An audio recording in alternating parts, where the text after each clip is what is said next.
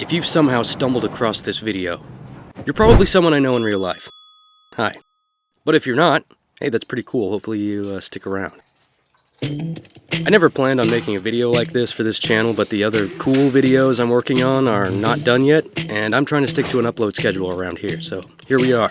And this kind of leads me to the topic of the video. Parkinson's Law is a book written by author Cyril Northcote Parkinson, and he wrote a theory in this book that goes like this.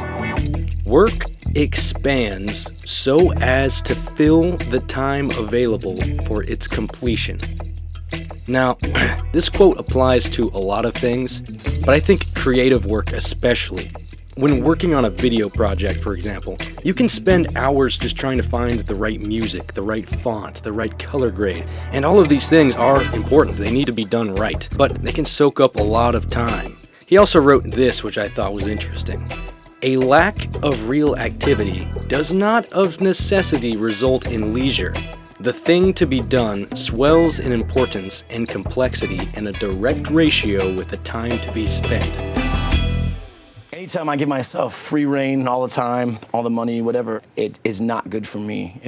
I write songs when there's a task to do, when there's a job to do. We have studio time booked tomorrow. So the night before, maybe I will force myself to write songs because they're coming tomorrow. I have no choice. I have nothing for them to record. If I had said, oh, I'll write some songs and when I'm done with them, I'll call you guys and show up, it won't happen. This is Jack White, famous guitarist from the White Stripes, a two-person rock band. And when asked in interviews, he often states that the limitations of being in a just two-person band, as well as other limitations that they put on themselves, actually helped them develop more interesting ideas creatively. I looked at it as a way of limiting myself so that I could create more things, create more songs, because I'm so boxed in. My brain is forced to work with the tools that are at hand. I can't let some engineers fix it or let the three other members in the band cover it up with what they're playing or whatever. I am in this box by myself, or me and Meg are in this box. We have to work. Finding yourself in a creative corner and then having to fight your way out of it is a surefire way to come up with some really interesting and impactful ideas if done right. Sort of like the famous example from the movie Jaws.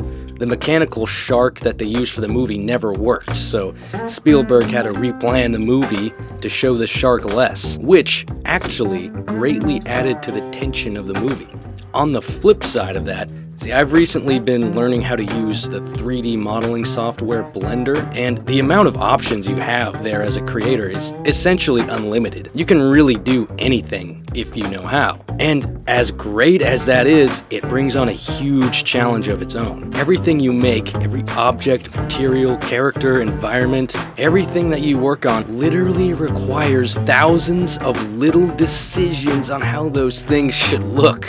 Whereas when using real materials, obviously you're way more limited, but a lot of those tiny decisions are made for you, which sometimes is a huge help, but definitely has its cons and can look kind of weird. I still like using Blender, I'm just not that good at it yet. Obviously, every project is different and requires different amounts of time and resources to make the thing happen. There are pros and cons to using high-tech gear with fancy equipment versus just using a phone and making something the low-budget way. But to the creators out there who don't have that much to work with, don't have that much time, don't have that many resources, I say to you, some of those limitations might actually be some of your greatest assets if you know how to use them to your advantage.